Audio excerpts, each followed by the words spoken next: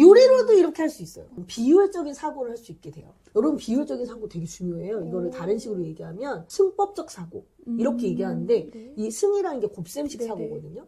이 초등학교 저학년 애들은 뭔가 하나 늘어난다 그러면 하나, 둘, 셋, 넷 이렇게 늘어나. 더하기 빼기 하듯이. 이게 가법적 사고예요. 근데 이렇게만 하면 얘는 수학을 잘하기가 힘들어. 뭐를 잘해야 되냐면 2배, 3배, 4배 늘어나는 거.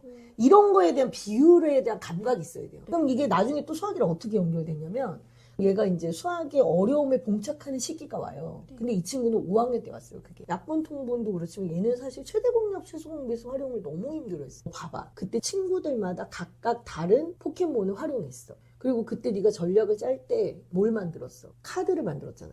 그렇게 얘기하니까 얘가 바로 접수가 되죠. 어려움을 얘는 너무 즐겁게 극복을 했던 경험이 있기 때문에 이것도 그런 것처럼 할 수 있다는 생각을 하는 거예요. 근데 사실 여러분 그 생각은 하셔야 되는 게, 수학을 그렇게 재미있게 극복하지는 못해요. 그치만 옛날에 내가 재밌게 했던 걸 가지고 빗대서 생각해보는 그런 힘은 있는 거예요. 아이가 관심 있는 거, 그게 수학이랑 상관이 있어서가 아니었잖아요. 그게 제가 덧붙이고 싶은 거는, 수학이랑 전혀 상관없는 걸 계속 지켜본 건 아니죠. 수학적으로 제가 끌고 오려고 계속 작업을 한 거죠.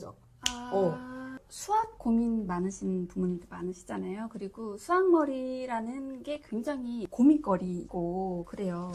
또 그런 관련된 책을 내주셨어요. 네, 수학머리 키우는 대화법의 저자이신 정유숙 작가님 모시고 이야기를 한번 나눠보려고 합니다. 작가님 안녕하세요. 수학학원 한 24년 정도 했고요.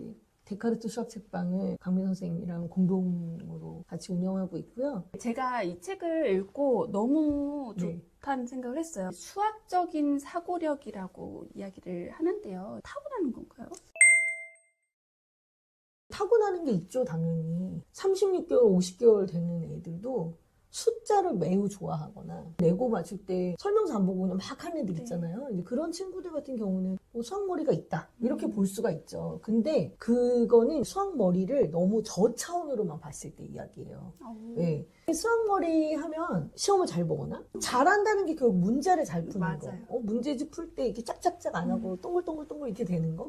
응용 문제, 심화 문제 잘 푸는 거, 이런 걸 이제 보통 생각을 하시는데, 어린 아이 때부터 키워오는 어떤 능력들을 그때 가서 발휘를 하는 거지. 그러니까 정말 수학 머리를 제대로 키우고 싶으시다면 높은 차원의 수학 머리를 키우기 위한 아주 자잘한 머리를 사용하는 방법들, 도구들, 그런 것들을 좀 많이 키워서 수학에만 도움이 되는 것이 아니고 수학 이외에 다른 학습에도 도움이 되게 해서, 그래서 결국은 높은 수준에 가려면 국어에 도움 안 받으실 거예요.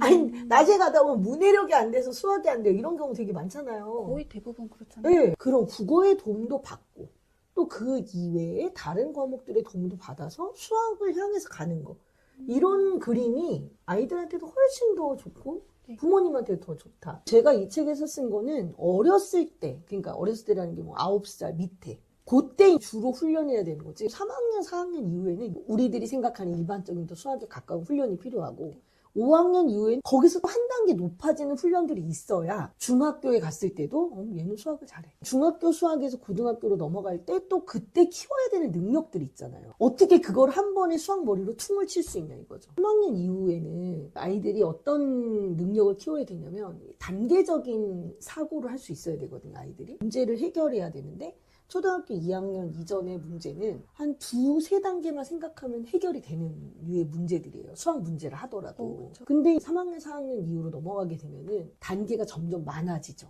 개념 하나를 알려고 해도 그 개념을 이해하는데도 여러 단계가 필요한 거예요. 예를 들어 더하기 빼기를 1, 2학년 때 배웠어요. 4학년 때도 더하기 빼기를 할 건데 그때 하는 더하기 빼기는 분수를 가지고 할 거야. 그러면 더하기 빼기를 이미 자연수 때 했던 걸 알고 있어야 되고, 그리고 그 사이에 배웠던 분수의 개념도 얘는 알고 있는 상태에서 더하기 빼기를 할 거 아니에요. 네. 그럼 얘는 이미 개념 여러 개가 섞여 있는 것들을 가지고 하는 거죠. 이전의 것들의 개념을 당연히 알고 있으면서 연결도 시켜야 되는 그런 과제를 얘가 해결해야 된단 말이에요. 그러려면 요즘에 얘기하는 엉덩이 힘이라는 거 있잖아요. 그런 힘이 사실 좀 있어야 되거든요. 근데 이제 엉덩이 힘도 얘기하면 또 책상에 앉아가지고 막 문제를 푸는, 이거를 생각하시면 어려움에 봉착을 하잖아요. 그 문제를 풀다 보면. 근데 그 어려움에 봉착을 했을 때 내가 이거를 포기하지 않고 끝까지 가져가려는 힘을 사실 엉덩이 힘이라고 얘기하는 거예요. 다른 말로 얘기하면 과제 집착력. 그거를 수학으로 키우기는 매우 어려운 일이에요. 그러면 그걸 언제 키우는 거냐면 1, 2학년 이전에 어렸을 때부터 했던 것 중에 분명히 애들이 빠지는 게 있어요. 어떤 거라도 예를 들자면 저희 애 같은 경우는 포켓몬에 빠졌었어요. 이 포켓몬이 종류가 되게 많아. 엄청 많죠. 네, 도감이 있을 정도로 분류 체계가 깊어요. 만약에 어떤 친구랑 시합을 하는데 얘가 자주 쓰는 기술이 있어. 그리고 다른 애를 만나면 또 자주 쓰는 기술이 있어. 근데 내가 모든 카드를 어떻게 맨날 들고 다녀요. 그러니까 얘를 만날 때는 얘용 패키지가 있는 거예요. 다른 친구용 패키지가 있는 거예요. 벌써 이 친구를 파악한 거죠. 이때 들어가는 작업이 뭐냐면 이미 분석 들어갔죠. 그리고 공통점, 차이점 분류해가지고 카드를 묶었죠. 그리고 카드를 묶어가지고 내가 이 친구한테 이런 전략을 써요. 전략적인 사고를 이미 하고 있죠. 그러니까 그런 연습들이 이미 된 거야. 근데 그게 하루아침에 안 돼요. 되게 오랜 시간이 걸려요. 저희 애 같은 경우는 보니까 한 6살부터 10살까지 4년 정도 걸렸어요. 근데 그게 만약에 수학이었으면 그렇게 오랫동안 얘가 그걸 하겠어요? 아니죠. 그러니까 자기가 좋아하는 작업인데 그걸 가지고 얘가 어떤 패키지를 만드는 그 과정까지. 여기서 이제 제가 한 역할은 뭐냐면 뭐하러 쓸데없이 그런 걸 해. 이렇게 얘기하지 않았고 그리고 얘는 도감의 존재를 몰랐어요. 도감의 존재를 모르는 상태에서 그냥 포켓몬을 했는데 저는 이왕이면 얘가 이걸 수학이랑 나중에 연결했으면 좋겠는 거예요. 그래서 도감을 알려준 거예요. 아, 정리를 이런 식으로 분류할 수 있어? 그리고 네가 가진 거는 몇 번이고 걔가 가진 기술은 어떤 거야. 이게 도감을 딱 보면 한눈에 착 정리가 돼 있잖아요. 그걸 가지고 나중에 자기만의 도감을 만들게 된 거거든요. 근데 그 과정에서 4년의 시간 동안에 제가 중간중간에 한 번씩 도움을 줬겠죠. 가방을 사달라고 했었어요. 포켓몬 카드를 다 넣어 갖고 다니게. 너무 비효율적이지 않아? 어떻게 그걸 그렇게 다 들고 다녀? 네. 필요한 것만 들고 다녀. 어떻게 알아 그거를? 도감을 보고 분석해. 과제를 준 거예요. 제가 미션을 준 거잖아요. 근데 그 미션을 자기만의 방식으로 얘가 해결을 하는데 2년 정도 걸린 거예요. 그러니까 그거를 기다려주는 이제 부모의 힘도 필요한 거죠. 그럼 이게 나중에 또 수학이랑 어떻게 연결되냐면 얘가 이제 수학의 어려움에 봉착하는 시기가 와요. 근데 이 친구는 5학년 때 왔어요. 그게 약분 통분도 그렇지만 얘는 사실 최대 공략, 최소 공배수 활용을 너무 힘들어했어. 봐봐. 그때 친구들마다 각각 다른 포켓몬을 활용했어. 그리고 그때 네가 전략을 짤 때 뭘 만들었어? 카드를 만들었잖아. 카드 만들어서 얘는 어떻고 쟤는 어떻고 걔는 어떤 특징을 가지고 있고 이런 정리를 다 했지. 근데 지금 네가 최대 공략, 최소 공배수 활용이 어렵다고 하는데 아니 최대 공략, 최소 공배수 얘에 대한 파악도 지금 안 되는데 전략이 나오는 게 말이 되니? 그렇게 얘기하니까 얘가 바로 접수가 되죠. 어려움을 얘는 너무 즐겁게 극복을 했던 경험이 있기 때문에 이것도 그런 것처럼 할 수 있다는 생각을 하는 거예요. 근데 사실 여러분 그 생각은 하셔야 되는 게 수학을 그렇게 재미있게 극복하지는 못해요. 왜냐면 얘는 그렇게 수학을 엄청 좋아하는 애는 아니었으니까. 네. 예. 그치만 옛날에 내가 재밌게 했던 걸 가지고 빗대서 생각해보는 그런 힘은 있는 거예요. 부모님이 쓸데없는 거 한다 이렇게 네, 하지 네. 않았고 네. 아이가 관심 있는 거 그게 수학이랑 상관이 있어서가 아니었잖아요. 지켜봐줬던 그것으로 인해서 엉덩이 힘이 길러졌고 그게 결국은 나중에 수학적 어려움을 겪었을 때 이겨낼 수 있는 힘이 됐다는 말씀이시네요. 네. 여기 제가 덧붙이고 싶은 거는 수학이랑 전혀 상관없는 걸 계속 지켜본 건 아니죠. 수학적으로 지금 끌고 오려고 계속 작업을 한 거죠.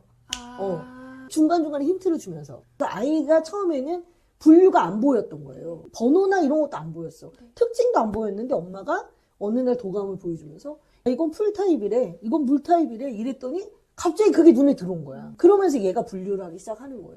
그런 힌트를 얘기하는 거예요. 눈을 못 뜨고 있는 거를 눈을 뜨게 해주는 거. 이게 사실은 이제 부모의 역할인 거죠. 우리가 생각지 못했던 순간에 아이들에게 수학적인 능력을 키워줄 수 있다라는 예시 그 같은 예시 하나 것들. 얘기해 줄까요? 네. 애들이 못하는 것 중에 하나가 시간에 대한 거예요. 시간. 얼마나 추상적이에요. 오전, 오후를 잘 몰라요, 애들이. 아. 왜냐면 자기가 오전의 절반 이상을 자고 있는 거거든요. 밤 12시부터 7시까지 계속 자잖아요. 8시까지도 자잖아요. 애들이 이해가 안 가죠. 아니, 어떻게 반반이 했는데 왜 이런 거야? 난 깨어있는 게 얼마나 깨어있는 게, 자긴 깨어있는 시간이 대부분이 오후니까. 그런 걸 애들이 잘 몰라요. 네, 그쵸. 근데 엄마들은 시계 보는 것만 알려준단 말이에요. 애가 시간을 잘 인식을 못하는데 시계하고 달력을 100번을 보여주는데 그게 무슨 의미가 있어요. 그래서 제가 했던 작업이 네. 두 가지가 있었는데 과학하고도 연결이 되는 거예요. 태양을 관찰하는 거. 하나는 달을 관찰하는 거. 달 관찰로 얘기를 해드릴게요. 네. 근데 저 같은 경우는 늦게 퇴근을 했어요. 그러니까 항상 해가 진 다음에 애를 데리러 가. 자기 혼자서 늦게까지 기다렸으니까. 괜히 엄마랑 바로 집에 들어가는 것 자체가 너무 재미가 없는 거지. 이왕이면 이 시간을 얘랑 나랑 좀 재미있는 시간을 만들고 싶고 그 엄마랑 밖에 있는 그 시간이 기다려지게 만들고 싶어서 제가 달을 봐야겠다고 생각을 했던 거예요. 오늘 달 모양이 저렇게 떴네? 이렇게 얘기했어요. 바로 뭘 하고 이런 게 아니고 간을 계속 보여주는, 이제 달을 봤네? 인식을 시키는 거다. 그럼 그 다음날 하는 행동이 뭐냐면 얘가 그 자리를 지나다 달을 봐요. 내가 말하지 않아. 그렇다고 얘가 그걸 말로 하진 않아요. 그냥 달을 보고. 왜냐면 모양이 별로 변화가 없거든요. 하루아침에 변화가 생기는 게 아니니까. 한 3일 정도가 지나면 얘가 말을 하죠.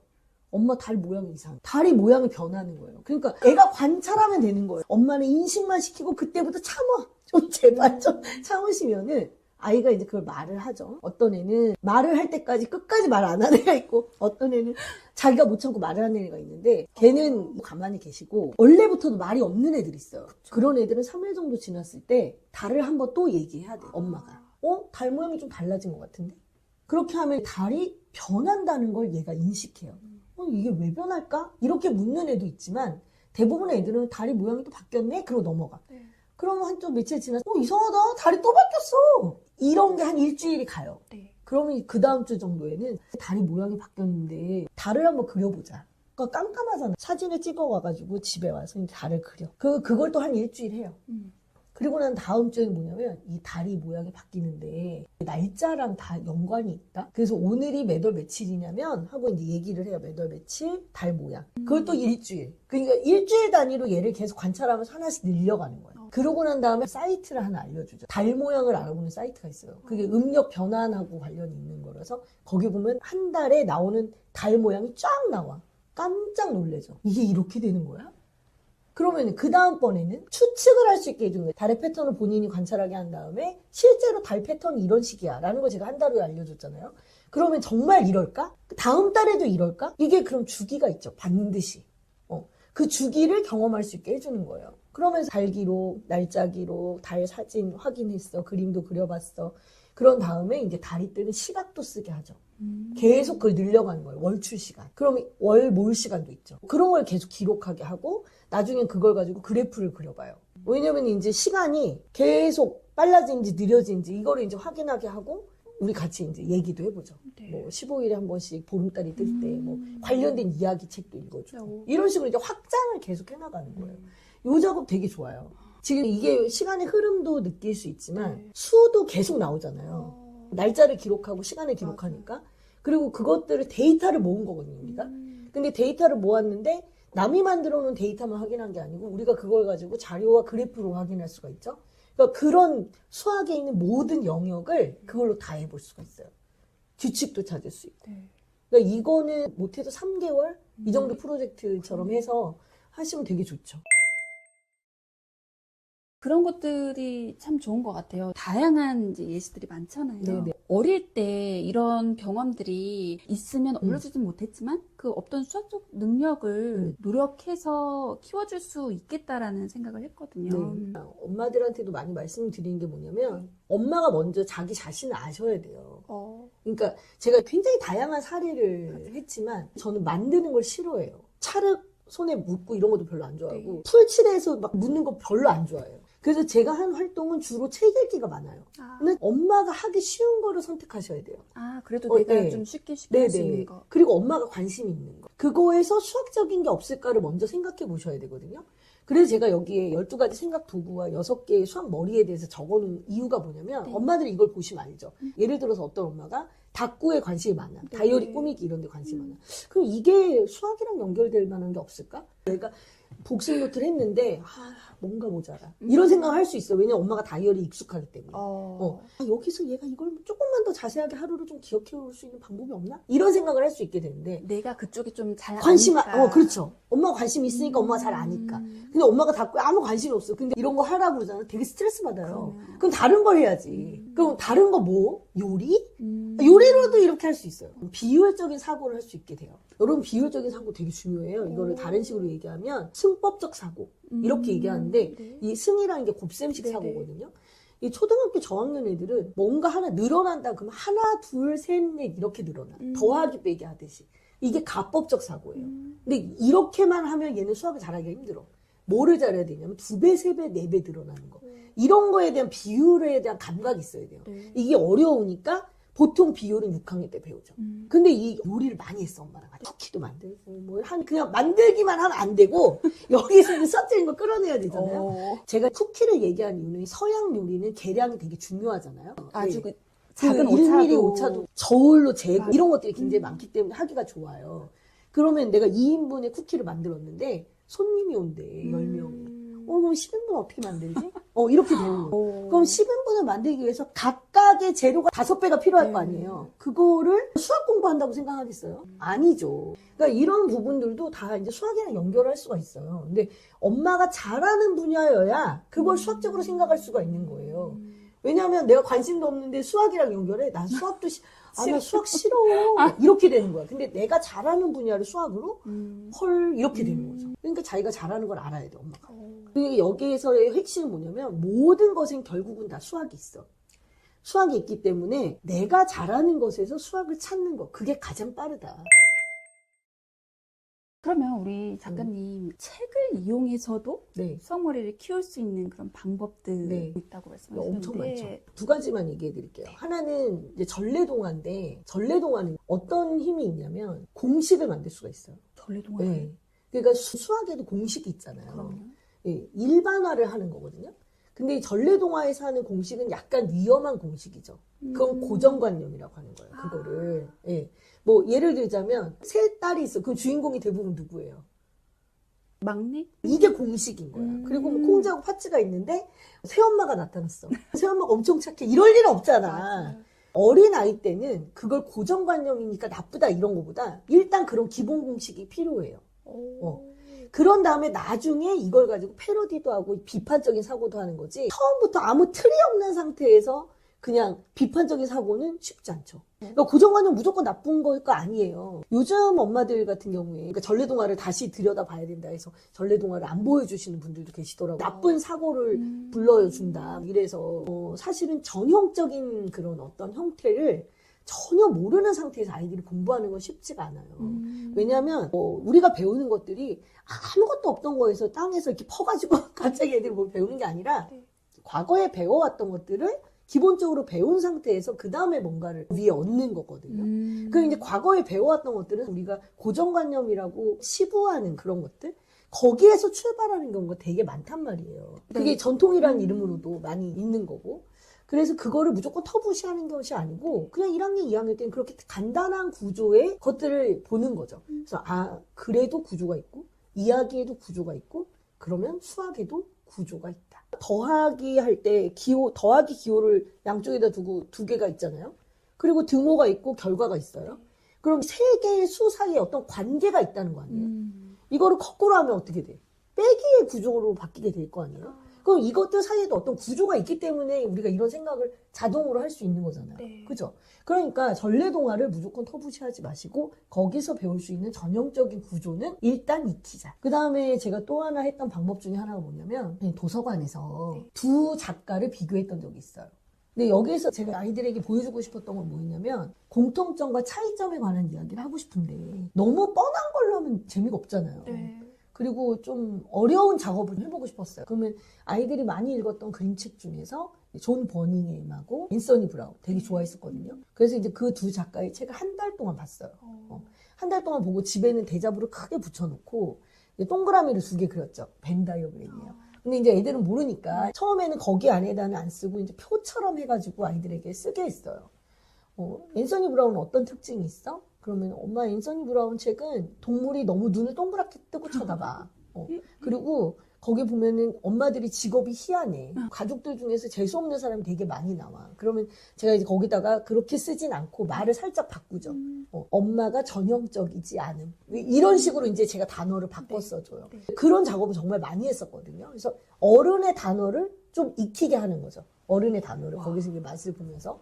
그렇게 한 다음에 며칠이 지나고 나면 이제 애들이 표에 쓴 것들이 쌓이잖아요. 이걸 가지고 분류를 좀 해보게 하죠. 그러면 앤서니 브라운한테만 볼 수 있는 특징 한번 적어보자. 그 다음에 존 버닝엄한테만 나타나는 특징 이걸 좀 적어볼까? 근데 이 두 사람한테 공통적으로 나타나는 특징도 있잖아. 그것도 이제 적어보는 거죠. 그런 작업을 책을 읽는 걸 통해서 한 거죠. 왜냐하면 어차피 도서관을 가야 되고 도서관에서 읽은 책을 정리를 하긴 해야 되는데 그걸 이왕이면 도식화를 해보고 싶었던 거예요. 이 도식화가 수학인 거예요. 그런 식으로 이제 작업을 네. 하는 거죠. 예. 그래서 엄마가 조금만 머리를 쓰면 아이들이 수학적인 사고를 키울 수 있는 방법은 이렇게 많이 나타날 수가 있죠. 굉장히 중요한 부분인 것 같아요. 네. 제가 이 정서지능에 관심을 가진 건 꽤 오래된 일이에요. 왜냐하면 어렸을 때 영재 같았던 아이들이 왜 나이가 먹어서도 계속 영재처럼 자라기가 어려울까? 이것도 굉장히 궁금했던 것 같아요. 뇌과학자 한 분을 제가 인터뷰를 한 적이 있었어요. 그분한테 너무 궁금해서 물어봤잖아요. 그랬더니 그분이 하셨던 말씀 중에 뭐가 있었냐면 인지를 빨리 하는 거에는 이 뇌가 전전두엽이라는 네. 거를 쓴대요. 이게 이마엽인데 인지가 이제 이쪽에서 많이 작용을 하는데 여기에 그 감정을 조절하는 부분도 이 안에 있는 거예요. 그래서 감정을 조절한다는 건 어떤 거냐면 실제 감정은 이 밑에서 이제 올라오는데 내가 지금 여기서 화가 났어. 근데 그 화난 거를 막 표출해. 어린애들은 보통 그렇게 하잖아요. 근데 어느 정도 나이를 먹으면 얘가 조절한대요. 지금 화낼 타이밍이 아니야 하고 얘기해주면 그 화를 잠깐 참는 거야. 네. 이렇게 되는 나이가 보통 한 10살, 12살? 이 정도 돼야지 이게 된대요. 근데 이거를 자세히 생각을 해보니까 진짜 그런 것 같은 거예요. 애들이 초등학교 저학년까지만 해도 교실에서 계속 싸움 나고 애들이 외도인 게 문제가 아니고 네네. 얘가 조절을 해본 적이 없는 거죠. 경험이 없어서. 경험이 없습니다. 그런데 이제 3학년 이상이 되면 애들이 학교에서도 여러 번 경험을 하다 보니까 조절이라는 걸 하게 되는데 그때도 계속 조절이 안 되는 애들이 결국은 나중에 문제가 되는 거잖아요. 이 조절 능력이라고 하는 거는 좀 늦게 자란대요, 얘가. 뛰어난 영재들 같은 경우. 여기가 빨리 발달이 되는 친구들인 거죠. 네. 근데 뇌라는 거는 사실 균형적으로 발달하는 게 맞는데 특별히 여기가 빨리 발달했어. 그러면 다른 데가 동시에 발달을 잘 못할 거 아니에요. 그러다 보면 뇌가 불균형하게 발달을 하는 거죠. 얘가 의도했건 의도했지 않건 간에. 근데 만약에 얘가 그나마 영재도 아닌데 영재 교육을 막 시킨다고 더 빨리 교육을 시켰어. 네. 그렇게 되면 여기를 또 많이 쓰겠죠. 그럼 그거는 의도적으로 여기를 막 키운다는 그렇죠. 그런 예. 근데 이제 그분 말씀이 네. 그렇게 하게 됐을 경우에 얘가 이걸 써서 갈 수는 있다. 하지만 나머지가 불균형하기 때문에 그게 어떤 피해가 올지는 사실 모르는 일이다. 이런 얘기를 하는 거예요. 저는 굉장히 공감을 많이 하고 그래서 공감 능력이 떨어진다거나 뭔가 운동 능력이 좀 떨어진다거나 그런 경우들이 많이 있고 그러면 그런 능력이 떨어지게 되면 사회생활이나 다른 친구들하고 함께하기가 되게 어렵고 그러면 얘도 눈치라는 게 전혀 없는 게 아니잖아요. 네. 어느 순간에는 이제 내가 이걸 너무 해서 그런가? 뭐부터 시작해서 사춘기 때부터 갑자기 얘가 뒤로 빠지고 자기가 잘하는 거를 드러내지 않으려고 하고 이런 자기의 감정들이 곡해가 되고 이런 일들이 일어나게 되는 거죠. 그래서 정서지능이라고 하는 건 사실 너무나 중요하고 그 부분이 제대로 갖춰지지 않을 경우에 이 정말 나중에 갔을 때는 본인이 감당하기 되게 힘들 수도 있겠다. 경험적으로도 네. 그렇고 이론적으로도 그렇고 분명한 사실이기 때문에 이렇게 어린 아이들의 경우에는 다른 것보다도 정서에 좀 더 신경을 많이 쓰시고 그럼 수학에 대한 감정도 마찬가지잖아요. 네. 그러니까 어떤 기억이 남는 게 아니라 감정이 남는 거예요. 아이들 머릿속에. 그래서 너무 문제 푸는 게 싫고 너무 하기 싫고 괴롭고 막 이랬는데 엄마하고 그런 애착도 제대로 안 돼 있어. 그럴 경우에 걔한테 남는 거는 수학하면은 너무 싫어. 너무 힘들었어. 이것만 기억에 남을 수 있다는 거죠. 정서가 무서운 그거에 거는 대한 그 감정만 남는 거죠. 예, 그런 게 이제 사실은 무서운 네. 거죠. 그래서 그 장소에 가면 식은땀이 나고 그걸 하려고 하면 갑자기 힘들어지고 못하게. 근데 실제로 중학교 애들 시험 볼 때 네. 시험 보기도 전에 식은땀 나는 애들 되게 많아요. 시험에 대한 트라우마 같은 게 있는 거죠. 어릴 때 너무 빨리 수학 경시대나 이런 데 노출이 돼서 자기가 시험을 봤는데 다 틀렸어. 그 시험 볼 때 너무 무섭고 이랬던 기억이 걔한테 남아있는 거예요. 그래서 얘가 학교에서 시험만 보려고 하잖아요. 그러면 뭐 손에 식은땀 나고 그냥 뭐 지우개도 안 돼. 젖어가지고. 종이가 다 젖고 이럴 정도로 땀을 흘린다니까요. 그리고 얘가 끝나고 나서 하는 얘기는 뭘 했는지 하나도 기억이 안 난대. 그래봤자 내신 시험인데. 그러니까 얘는 항상 자기 실력에 비해서 결과가 안 좋은 거예요. 근데 그렇게 되면 그런 경험이 또 쌓이잖아요. 그런 부분에서 특히나 저는 그런 어린애들한테 더 신경이 많이 쓰이죠. 엄마와의 이런 어떤 경험, 네. 말씀해주신 것들, 책에 있는 내용 이런 것들도 다 내가 지식적인 거를 알려주려고 하는 게 아니잖아요. 네. 엄마와의 따뜻한 경험을 통해서 좋은 기억이 남는 네네네. 거, 그러면서 자라는 정서지는 중요한 거죠. 네. 그래서 제가 여기서 보면은 뭐 이렇게 하는 게 거의 없어요. 대부분 이렇게 해보는 게 어때? 어머, 너 이거 좋아하는구나. 음. 어떻게 그런 생각을 다 했어? 대신에 이제 제가 안 보이는 데서는 엄청 많은 공부를 하는 거죠. 얘를 계속 관찰하고, 얘가 뭘 관심 있어 하고, 그걸 어떻게 끌어볼까, 이런 궁리를 하는데, 여러분이 그걸 생각하셔야 되는 게 뭐냐면, 이것도 이력이 생겨요. 그래서 처음에는 힘들어. 근데 이거 한두 번 하잖아요. 나중에는 자동화가 돼요. 그러면 정말 제가 장담하는데 사춘기 이후로 엄마가 할 일이 없어요. 너무 편해져. 너무 편해져. 그때는 그냥 얘기만 들어주면 돼요. 아이들 유아 때, 초등 저학년 때까지만 좀 노력하시면 네, 될까요? 조금 이렇게 신경 많이 쓰고 그 다음에는 여러분 학원도 보내시고 다 하세요. 하는데 아니 사교육이 그렇게 잘 되는데 학원을 보내요. 보내는데 대신에 걔를 계속 봐야죠. 학원도 계속 보면서 여기 못 쓰겠다. 당장 때렸어. 이게 아니고 네. 요즘 어때? 뭘 배운지 엄마한테 얘기해 줄 수 있어? 그래? 어떻게 했으면 좋겠어? 그러면은 내가 좀 더 해볼게. 이렇게 얘기하면 그냥 좀 더 애가 해보게 놔두고 이런 식으로 계속 소통을 하면서 그거를 자기가 잡아갈 수 있게 도와주면 되는 거죠. 네. 또 문제가 생기는 것처럼 이렇게 보이면 얘가 평소하고 다른 행동을 보인다거나 말투가 뾰족해졌다거나 이러면 뭐가 있구나. 저녁에 맛있는 거라도 먹이면서 오늘 기분이 안 좋아 보이는데 네. 어땠어? 이렇게 할 수 있는 이유가 뭐냐면은 어렸을 때 얘하고 그런 경험이 있기 때문에 자기가 힘들 때 그럴 때 엄마가 같이 이야기했던 그런 경험들. 여러분 우리가 수학 공부한다고 수학만 하는 게 아니잖아요. 애들하고 하다 보면 별의별 얘기를 다 하게 되잖아요. 여행을 가서도 마찬가지고 이게 다 저축하는 거예요. 어떻게 보면 그거를 동시에 다 같이 할 수 있어요. 굉장히 큰 네, 영감을 주는 그런 영상이 되지 않을까라는 생각이 들고요. 감사합니다. 네, 오늘 바쁘신 와중에도 귀한 시간 내주셔서 너무 감사합니다, 작가님. 네, 감사합니다. 네.